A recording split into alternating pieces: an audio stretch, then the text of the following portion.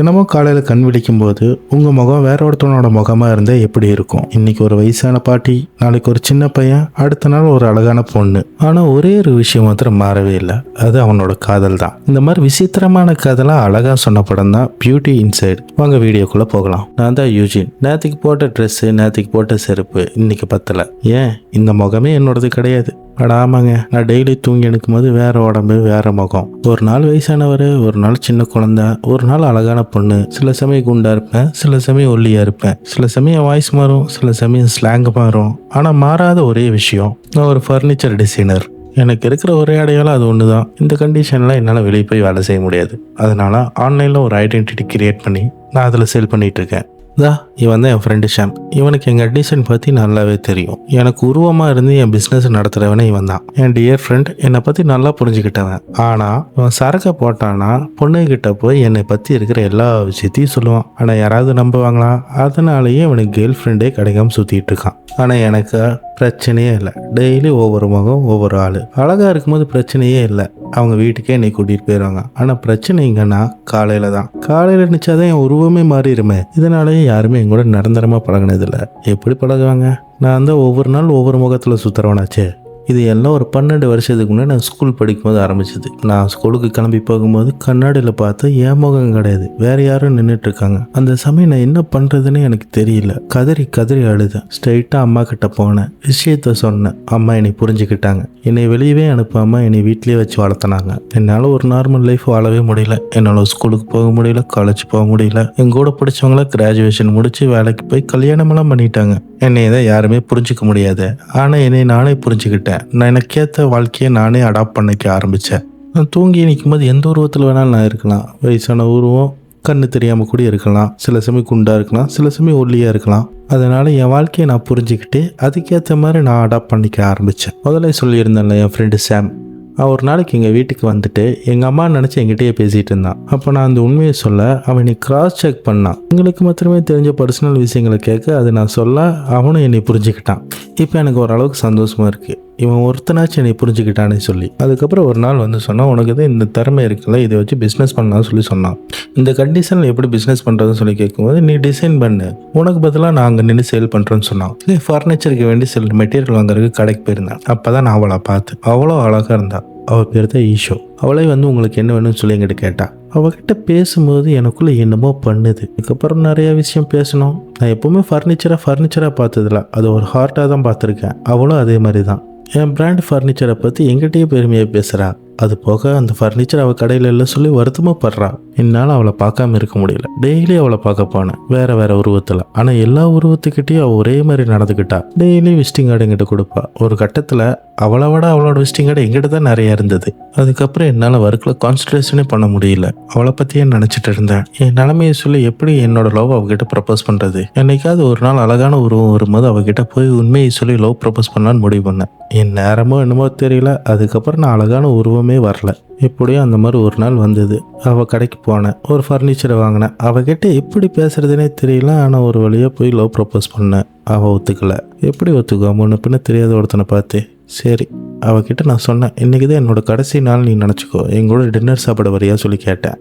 அப்படி இப்படி பேசி எப்படியோ ஒரு வழியாக அவளை ஒத்துக்க வச்சுட்டேன். ஆனால் அவளுக்கு ரொம்ப பிடிச்ச இடத்துக்கு அவளை கூட்டிகிட்டு போகணுன்னு நினச்சேன். வேறு எங்கேயும் இல்லை, என்னோடய ஃபேக்ட்ரிக்கு தான். அவன் வந்து பார்த்துன்னு சொன்னான், இது அலெக்ஸ் ஃபேக்ட்ரி தானே, எத்தனை நாள் நான் மெயில் போட்டிருப்போம் உங்கள் ஃபர்னிச்சர் எங்கள் கடைக்கு வேணும்னு சொல்லி. அப்படி பேசிக்கிட்டே 2 பேரும் சாப்பிட ஆரம்பித்தோம். நிறைய விஷயம் பேசணும். 2 பேத்துக்கு ஒரே மாதிரி திங்கிங் இருந்தது, ஒரே விஷயம் பிடிச்சிருந்தது. இந்த டின்னரை ரொம்ப என்ஜாய் பண்ணியிருந்தா. அதுக்கப்புறம் போகும்போது கால்மேன்னு சொல்லிட்டு போனான். நானும் மெசேஜ் பண்ணேன், நாளைக்கு மீட் பண்ணலாமா சொல்லி. அவளும் சரின்னு சொன்னான். ஆனால் என்ன பண்ணுறது, தூங்கி நினச்சாதான் நான் ஆள் மாறிடுவேனே. அந்த உருவத்தோடு நான் எப்படி போய் அவளை கிட்ட புரிய வைக்கிறது? அதனால் நான் தூங்காமல் இருக்கிறதுக்கு என்னென்ன பண்ணணுமோ எல்லா விஷயத்தையும் பண்ணேன். அடுத்த நாள் கரெக்ட் டைமுக்கு போனேன், அவள் கூட டைம் ஸ்பெண்ட் பண்ணேன். அதே மாதிரி ஃபேக்ட்ரியில் வந்துட்டு நாங்கள் டின்னர் சாப்பிட்டோம். அவள் சின்ன குழந்தை மாதிரி எல்லா சேர்லையும் உட்காந்து பார்த்து ரசித்து பார்த்துட்டு இருந்தான்.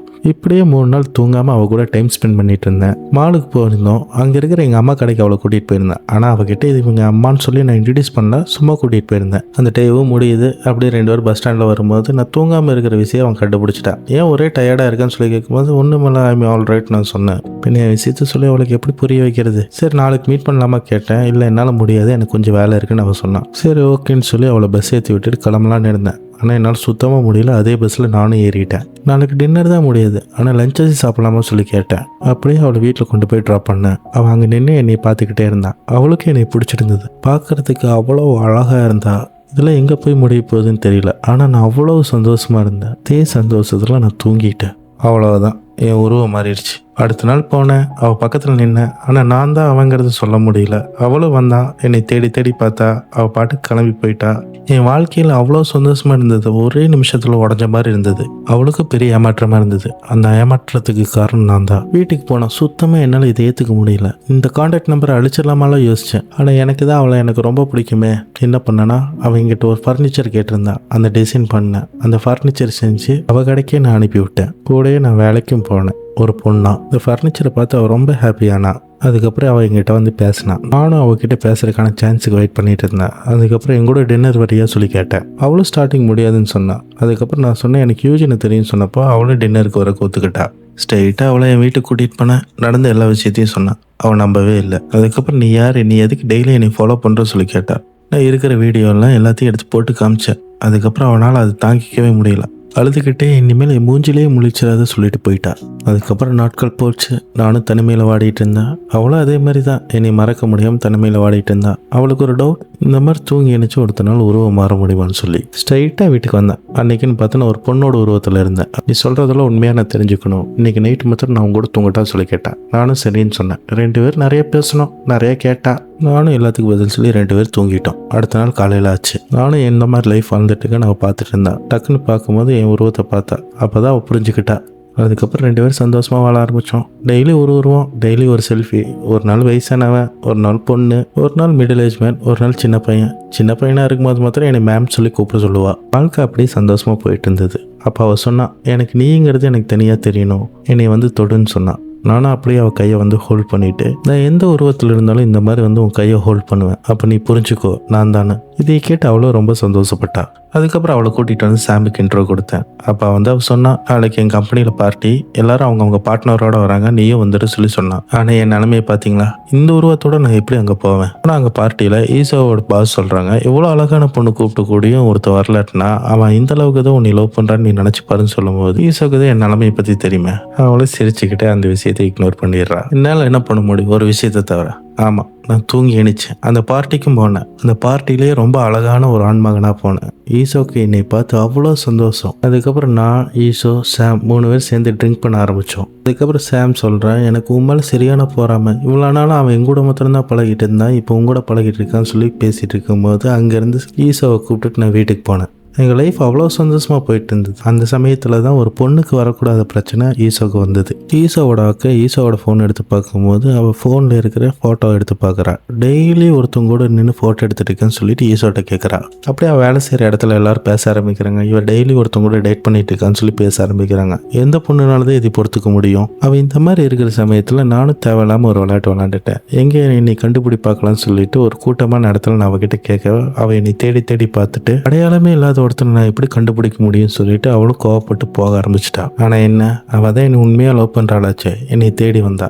எங்கள் வாழ்க்கை சந்தோஷமாக போயிட்டு இருந்தது. அதே சமயம் ஈசோக்கு சில பிரச்சனைகள் வர ஆரம்பிச்சிது. எப்போ பார்த்தாலும் டயர்டாகவே இருக்க ஆரம்பித்தா. எப்போ பார்த்தாலும் தூங்கிட்டு இருக்க ஆரம்பித்தா. நிறைய விஷயங்கள் மறக்க ஆரம்பித்தா. இந்த சமயம் சாம் என்னை பிடிச்சி திட்டிகிட்டு இருந்தா. எப்போ பார்த்தாலும் அவ கூடயே சுற்றிட்டு இருக்க, நம்ம பிஸ்னஸ் என்ன ஆகுறது, பிஸ்னஸில் கொஞ்சம் ஃபோக்கஸ் பண்ணி சொல்லி திட்டிகிட்டு இருந்தான். அந்த சமயத்தில் தான் நான் ஒரு முடிவு பண்ணேன். அவகிட்ட போய் நான் என்னை கல்யாணம் பண்ணிக்கிறேன் கேட்கலான்னு முடிவு பண்ணேன். அதனால் டெய்லி ஒரு உருவத்தில் டெய்லி ஒரு ப்ரொப்போஸ் பண்ணிகிட்டு இருந்தேன். அதே சமயத்தில் ஈசோவோட பாஸ் வந்து ஈசோட்ட சொல்லிட்டு இருக்காங்க, நீ இப்போ வேலையிலலாம் பெருசாக ஃபோக்கஸ் பண்ணுறதில்ல, ஆனால் நீ டெய்லி ஒருத்தவங்க கூட சுற்றிட்டு இருக்கேன்னு சொல்லி பேசிகிட்டு இருக்காங்க. ஆனால் அதை நான் நம்ப மாட்டேன்னு சொல்கிறாங்க. ஈசோவை அங்கேருந்து எப்படியே சமாளித்து வெளியே வந்துடுறா.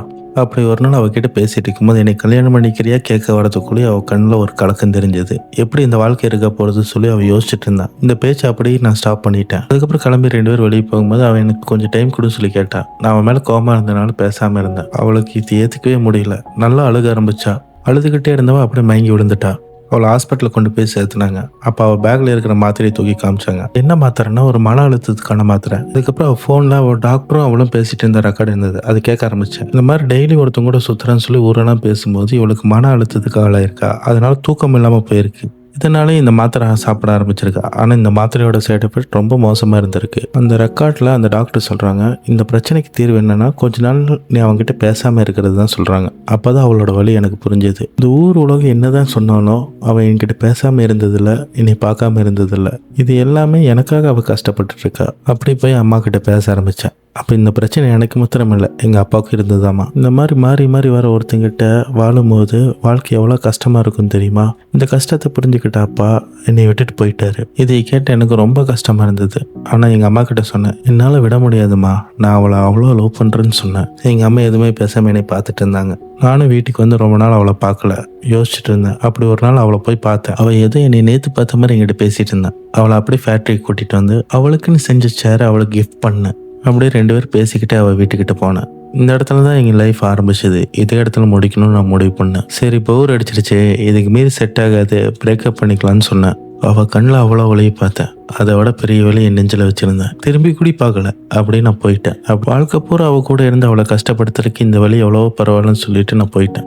அப்படி 10 மாதம் போச்சு. 10 மாதம் அவள் ரொம்ப கஷ்டப்பட்டிருந்தா. ஆனால் இப்போ ஒரு நார்மல் லைஃபுக்கு வந்துட்டான். இருந்து அவள் என்னை மறக்கவே இல்லை. அப்படியே ஏதோ ஒரு விளாகில் என்னோட டிசைனை பார்த்துட்டு என் ஃப்ரெண்டுக்கிட்ட வந்து கேட்டிருந்தேன், இது அவன் டிசைன் தானே சொல்லி கேட்கும்போது அவனும் எதுவும் சொல்லலை. நான் தான் சொல்லி வச்சுருந்தேன் என்னை பற்றி எதுவும் சொல்லக்கூடாதுன்னு சொல்லி. நான் அவளை விட்டு தள்ளி தூரமாக இருந்தேன். அவளை மறக்கிறதுக்கு நான் முயற்சி பண்ணிட்டு இருந்தேன். எப்படி மறக்க முடியும்? அப்படியே என் வாழ்க்கை போயிட்டு இருந்தது. நானே என் வேலையை பார்த்துட்டு இருந்தேன். டக்குன்னு ஒரு நாள் என் முன்னாடி வந்து நின்னான். என் ஹார்ட்டில் படப்படக்க ஆரம்பிச்சது. யூஜின் இருக்காங்களான்னு சொல்லி கேட்டேன். அந்த மாதிரிலாம் இங்கே யாரும் இல்லைன்னு நான் சொன்னேன். அப்போது நான் ஃபர்னிச்சர் வாங்க வந்தேன், ஃபர்னிச்சர் பார்க்கலாமா சொல்லி கேட்டேன். நானும் உள்ளுக்குள்ளே கூட்டிகிட்டு வந்தேன். அவள் ஃபர்னிச்சர்லாம் பார்த்துட்டு இருந்தான். நான் ஒரு உலகத்திலே ரொம்ப நேசித்த பொண்ணு என் பக்கத்தில் நின்றுட்டு இருக்கா. ஆனால் நான் எதுவுமே தெரியாத மாதிரி 3வது மனுஷன மாதிரி அந்த சைடு போய் நின்றுட்டு இருக்கேன். ஆனால் என் உள் மனசு சொல்லிச்சு, அவகிட்ட போய் கட்டி பிடிச்சி நீ இல்லாமல் என்னால் வாழ முடியாதுன்னு சொல்லுது. ஆனால் அது பண்ணுறதுக்கு எனக்கு தைரியமே இல்லை. ஆனால் அந்த விஷயத்தை அவள் பண்ணான். நான் இப்போ நார்மல் ஆகிட்டேன், நீ இல்லாமல் என்னால் வாழ முடியாதுன்னு சொல்லிட்டு அவள் வந்து என்னை கட்டி பிடிச்சி சொன்னான். இதை கேட்டு என்னால் தாங்கிக்க முடியல. மறுபடியும் உனக்கு உடம்பு சரியில்லாமல் போகும்னு சொன்னேன். ஆனால் அதுக்கு எனக்கு கவலையே இல்லை, எனக்கு நீ தான் முக்கியம்னு சொன்னான். அதுக்கப்புறம் சில விஷயம் சொல்கிறான். டெய்லி நீ உருவம் மாறும்போது எனக்கு பயமாக இருந்தது. முன்ன பின்ன தெரியாதவங்க கூட கை கோர்த்து நடக்கும்போது எனக்கு பயமாக இருந்தது. டெய்லி உன் கூட தூங்கும்போது நான் கண்ணை மூடிக்குவேன். அதுக்கப்புறம் தான் எனக்கு ஒரு விஷயம் புரிஞ்சது. நீ யாராக இருந்தாலும் எந்த உருவமாக இருந்தாலும் உன் லவ் எனக்கு புரிஞ்சது. இந்த ரியல் யூஜின் எனக்கு புரிஞ்சுது. உன் மனசுக்குள்ளே இருக்கிற அழகு எனக்கு புரிஞ்சுது. நீ கல்யாணம் பண்ணிக்கிறியான்னு சொல்லி அவள் கேட்குறா. அப்போ நம்ம ஹீரோ அவளுக்காக செஞ்சு வச்ச மோதிரத்தை தூக்கி அவகிட்ட கொடுக்கும்போது அவள் ரொம்ப சந்தோஷப்படுறா. 10 மாதத்துக்கு அப்புறம் நான் வந்திருக்கேன், நீ இப்படி தான் ப்ரொப்போஸ் பண்ணியா சொல்லி கேட்கும்போது இந்த ஒரு சீன் காட்டுறாங்க. பார்க்கறதுக்கே அவ்வளோ அழகாக இருக்கும். இது வரைக்கும் அவன் மாறின எல்லா உருவத்துலையும் அப்படியே ஒன் பை ஒன் அவனை காட்டிக்கிட்டே வராங்க. அப்படியே அவன் வந்து அவளை கிஸ் பண்ணுறான். அப்படி இந்த படத்தை முடிக்கிறாங்க. உண்மையான கதை முகத்தை பார்த்து வருதா இல்லை மனசை பார்த்து வருதா? இந்த கதை உங்களுக்கு என்ன சொல்லி கொடுத்தது மறக்காம கமெண்ட்ல சொல்லுங்க. இந்த வீடியோ உங்களுக்கு பிடிச்சிருக்குன்னு நான் நம்புறேன். பிடிச்சிருந்தா லைக் பண்ணுங்க, மறக்காம ஷேர் பண்ணுங்க. நீங்க அதிகமான கமெண்ட் பண்ணும்போது தான் யூடியூபோட அல்காரிதம் நல்லா வேலை செய்யும். அதனால உங்க சப்போர்ட் எனக்கு கொடுங்க. தேங்க்யூ.